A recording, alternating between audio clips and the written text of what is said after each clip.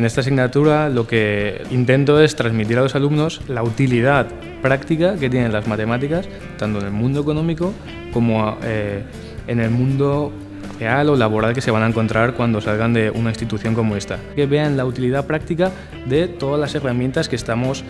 trabajando y analizando en el día a día.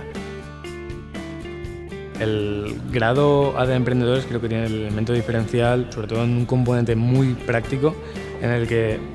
tanto los alumnos se pueden relacionar tanto con los profesores como con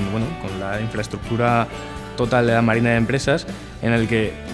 realmente les inculca ese espíritu emprendedor, ese espíritu de proactividad, de querer hacer, de arriesgarse, esas ganas de hacer, de involucrarse en proyectos y sobre todo que tengan como meta final, objetivo final, esa creación de empresas,